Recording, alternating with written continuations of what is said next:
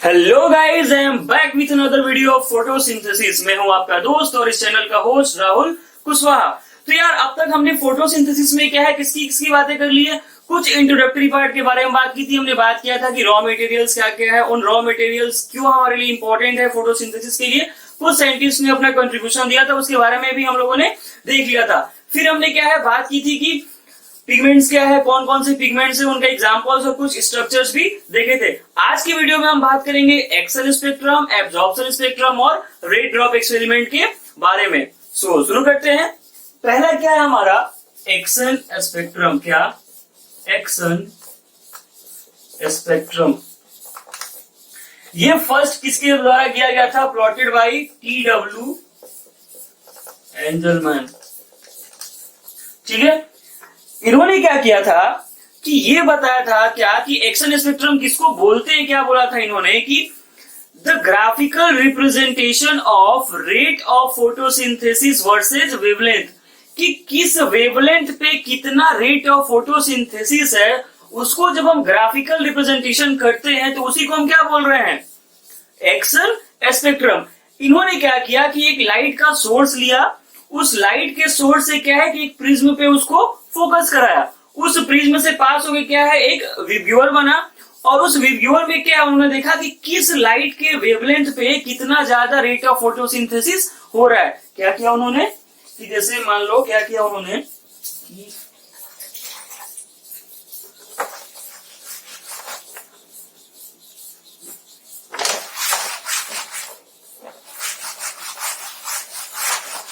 उन्होंने क्या किया कि ये एक लाइट का सोर्स है, मान लो क्या है, एक कोई लाइट का सोर्स है, यहां से क्या है लाइट निकल रहा है।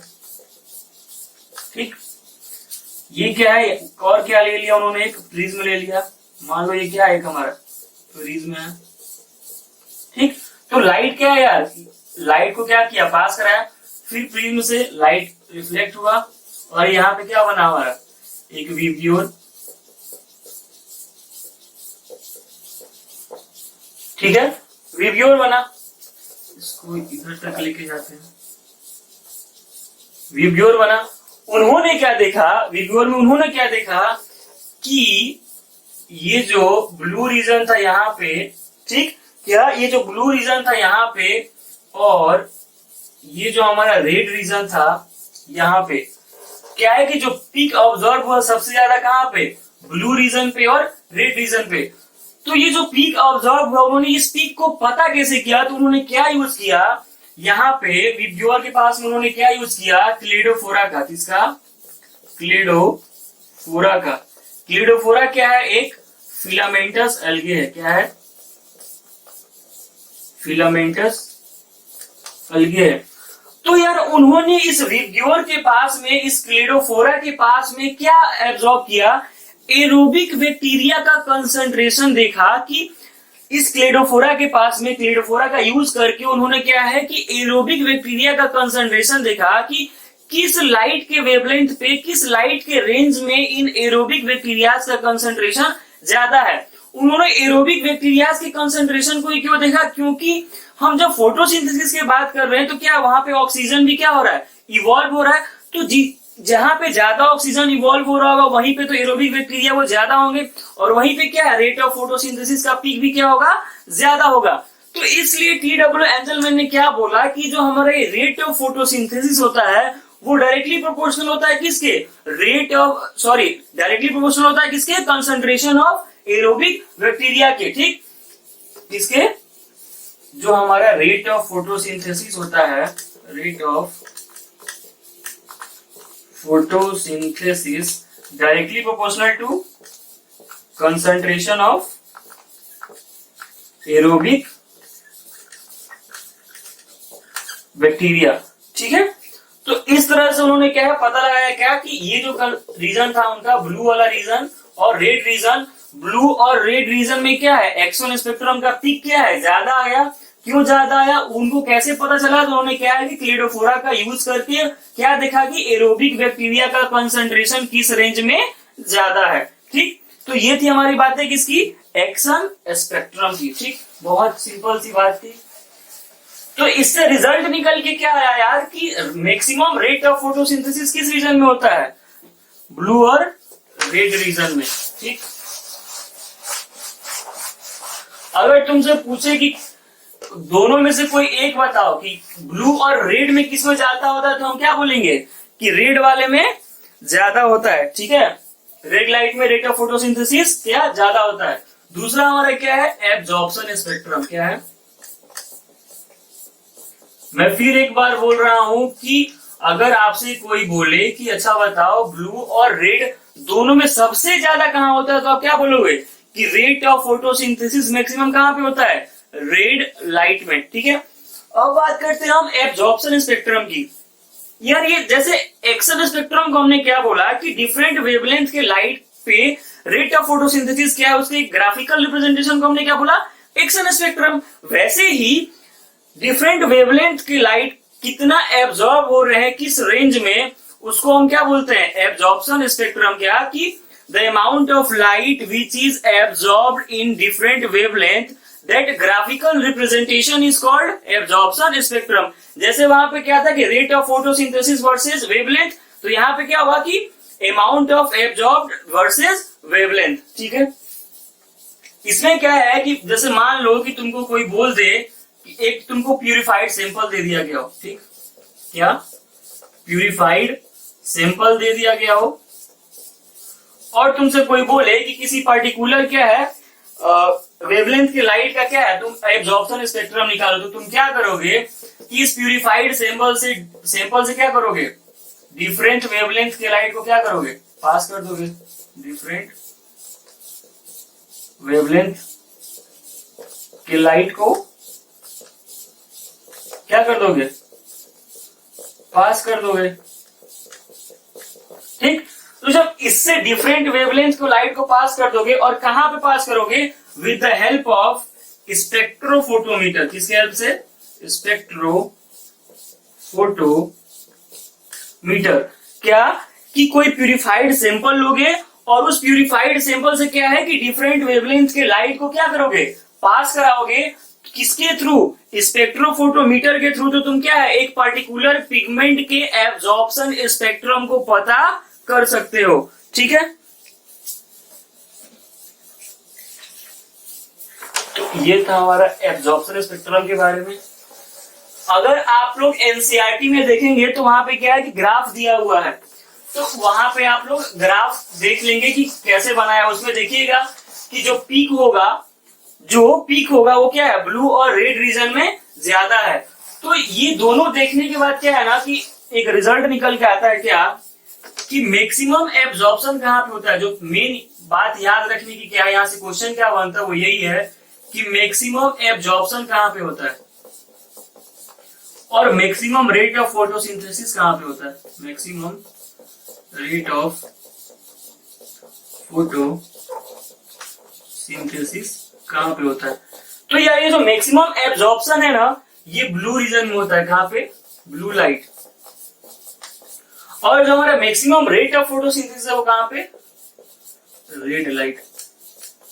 ऐसा क्यों, क्या है यार ये विब्ग्योर, इधर से इधर जाते तो क्या लेमडा बढ़ता है, लेमडा बढ़ता है, इसका मतलब क्या है कि एनर्जी कम होता है। तो ब्लू का एनर्जी क्या है, ज्यादा होगा as compare to red. That's why क्या है ना कि ब्लू रीजन में एनर्जी बहुत क्या हो जाता है, वेस्ट होता है। क्या होता है यहाँ पे, एनर्जी वेस्ट होता है। ब्लू रीजन में क्या है, बहुत सारा क्या होता है, एनर्जी वेस्ट हो जाता है। ठीक, इसके वजह से क्या है कि रेट ऑफ फोटोसिंथेसिस मैक्सिमम कहां पे होता है हमारा, रेड रीजन में, और मैक्सिमम एब्जॉर्प्शन कहां पे होता है, ब्लू रीजन में। ठीक है,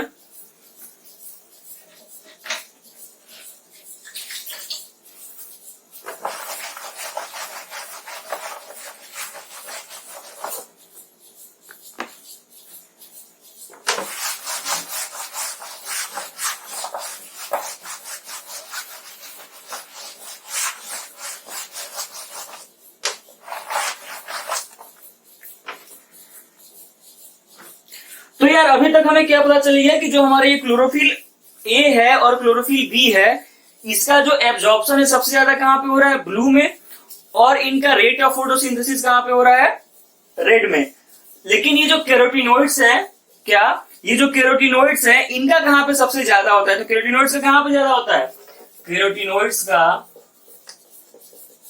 रेट ऑफ एब्जॉर्प्शन कहां पे होता है, ब्लू और ग्रीन लाइट में। कहां पे, ब्लू और ग्रीन लाइट में क्या है, रेट ऑफ एब्जॉर्प्शन किसका ज्यादा होता है, कैरोटिनॉइड्स का।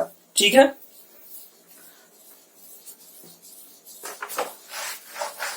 एनसीईआरटी अपनी क्या बोलती है कि ये जो हमारा क्लोरोफिल ए का एक्शन स्पेक्ट्रम है और जो एब्जॉर्प्शन स्पेक्ट्रम है क्या है, ये लगभग सिमिलर है, लेकिन इसका मतलब ये नहीं है कि वो एग्जैक्ट सेम है, ऐसा बिल्कुल भी नहीं है, एग्जैक्ट सेम भी नहीं है और ओवरलैप भी नहीं करता है। ठीक है, क्या कि वो लगभग सिमिलर है, लेकिन क्या, जैसे मान लो कि अगर हम रफ डायग्राम बनाए तो मान लो कि अगर ये हमारा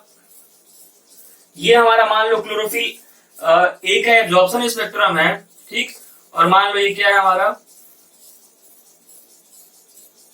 एक्शन स्पेक्ट्रम है, तो दोनों कुछ ऐसा होता है। ठीक है, एकदम ना तो ओवरलैप करता है और ना ही एकदम एग्जैक्ट सिमिलर होता है। इसका रीजन ये है कि अभी मैं क्या बता रहा था कि जो ब्लू रीजन है उसमें क्या है कि एनर्जी बहुत ज्यादा होता है। क्यों, क्योंकि उसका वेवलेंथ क्या होता है, कम होता है, और वेवलेंथ कम होता है और उसका एनर्जी क्या है, ज्यादा होता है, तो वहां पे क्या है, एनर्जी बहुत वेस्ट होता है। ठीक है, और अगर आप एनसीईआरटी के डायग्राम को देखेंगे तो उसमें क्या है कि क्लोरोफिल बी के क्या है कि ग्रीन की तरफ शिफ्ट हो गया है, क्लोरोफिल क्या है, बी ग्रीन की तरफ क्या हो जाता है, शिफ्ट हो जाता है। इसलिए वहां भी एक और बात क्या बोलते हैं कि क्लोरोफिल ए और क्लोरोफिल बी का जो ग्राफ है वो क्या है, वो भी ओवरलैप नहीं करता है। क्यों, क्योंकि जो क्लोरोफिल बी में है वो क्या है, ज्यादा किसके तरफ शिफ्टेड है, ग्रीन की तरफ शिफ्टेड है। तो एक क्वेश्चन ये है एनसीईआरटी में।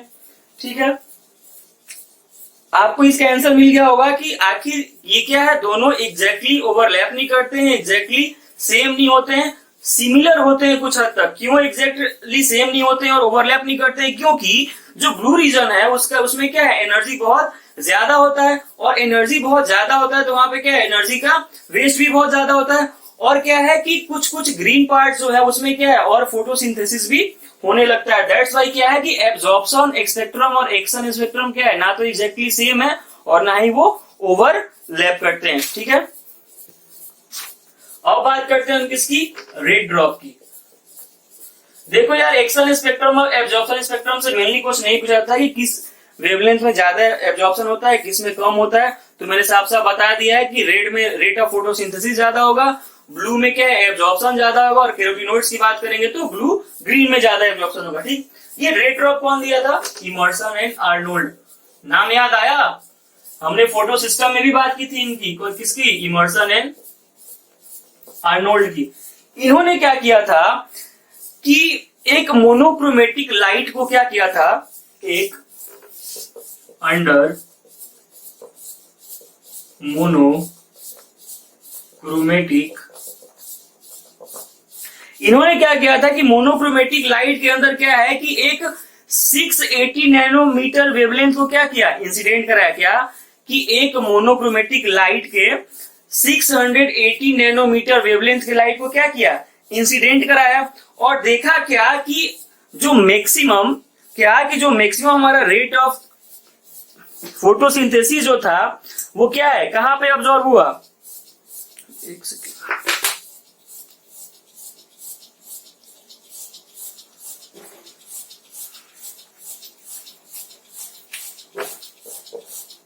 क्या किया उन्होंने कि एक मोनोक्रोमेटिक लाइट लिया, 680 नैनोमीटर तक के वेवलेंथ को जब लिया तो क्या है, रेट ऑफ फोटोसिंथेसिस बहुत अच्छे से चल रहा था। ठीक है, लेकिन जैसे ही उन्होंने 680 नैनोमीटर से अधिक का क्या किया, वेवलेंथ लिया, तो उन्होंने क्या देखा कि जो रेट ऑफ फोटोसिंथेसिस में उसमें क्या है, थोड़ा सा डिक्लिनेशन आ गया, क्या डिक्लाइन हो गया वो। ठीक है, तो क्या कि 680 नैनोमीटर के ऊपर का क्या है, एक वेवलेंथ का लाइट लिया मोनोक्रोमेटिक, तो उन्होंने क्या देखा कि रेट ऑफ फोटोसिंथेसिस में क्या है, डिक्रीज हो गया था या फिर ड्रॉप हो गया था। इसीलिए इसको हम क्या नाम देते हैं, रेड ड्रॉप एक्सपेरिमेंट।